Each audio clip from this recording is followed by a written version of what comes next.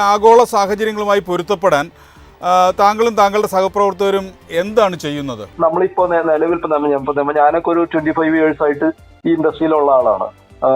IT industry ഒരു mature ആയിട്ടും ആവുന്നതിന് മുമ്പ് തുടങ്ങി ഇപ്പോൾ ഓൾറെഡി ഇപ്പോൾ ഇതിൽ നിന്നിട്ടുള്ള ആളാണ്. ഈ ഇത്രയും കാലത്തിനിടയിൽ ഇന്ത്യയിൽ IT ഒരുപാട് നമ്പറിൽ വളർന്നെങ്കിലും നമ്മൾ മെച്യൂരിറ്റിയിൽ ഒട്ടും വളർന്നിട്ടില്ല. നമ്മളിപ്പോഴും ഇവിടുത്തെ ഓർഗനൈസേഷൻ എല്ലാം ചെയ്യുന്നത് എന്താണെന്ന് വെച്ച് കഴിഞ്ഞാൽ പ്രോഫിറ്റബിൾ ആയിട്ടുള്ള ഒരു ബിസിനസ്സിലേക്ക് മാത്രം ഫോക്കസ് ചെയ്യാം.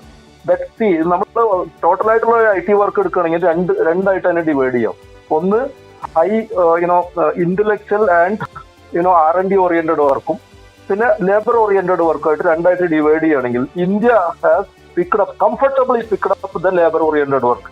കാരണം എന്താണെന്ന് വെച്ച് കഴിഞ്ഞാൽ ഇൻവെസ്റ്റ്മെന്റ് ഭയങ്കര കുറവ് മതി, കിട്ടുന്നത് മുഴുവൻ പ്രോഫിറ്റ് ആണ്. നമ്മുടെ ഇന്ത്യൻ ബേസ്ഡ് ഓർഗനൈസേഷൻസ് എല്ലാം ഫോക്കസ് ചെയ്യുന്നത് ഈ ലെബോറിയസ് വർക്കുകൾ എടുക്കുക. അതായത് ആർക്കും വേണ്ടാത്ത US ഇന്റലക്ച്വൽ ആയിട്ടുള്ളവർ ചെയ്തു വെച്ചേക്കുന്ന ഡിസൈനിന്റെ ഇംപ്ലിമെന്റേഷൻ വർക്കുകളാണ് വന്നേക്കുന്നത്. ഞാൻ മൾട്ടിപ്പിൾ ഓർഗനൈസേഷനിൽ വർക്ക് ചെയ്തിട്ടുള്ളതാണ്, പല ജോഗ്രഫി സപ്പോർട്ട് ചെയ്തിട്ടുള്ളതാണ്.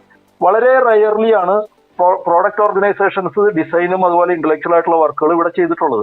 ബാക്കി മുഴുവൻ നമ്മൾ എന്താ ചെയ്യുന്നത് വെച്ച് കഴിഞ്ഞാൽ we are very full of taking the laborious work. കാരണം എന്താ വെച്ചാൽ നമുക്ക് ആകെ കൂടെ ഒറ്റ ഫോക്കസ് ഉള്ളൂ, പ്രോഫിറ്റബിലിറ്റി. അപ്പൊ എല്ലാ ഓർഗനൈസേഷനും അവന്റെ പ്രോഫിറ്റബിലിറ്റി കൂട്ടാനായിട്ട് എന്താ ചെയ്യുക, R&D ഒക്കെ കട്ട് ചെയ്യുക, എന്നിട്ട് ആർക്കും വേണ്ടാത്ത കുറെ വർക്ക് എടുക്കുക. ഞാൻ ഇതിനെ കാണുന്നത് ഒരു ഓപ്പർച്യൂണിറ്റി. വ്യക്തമാണ്, ഞാൻ ഇടപെടുകയാണ്.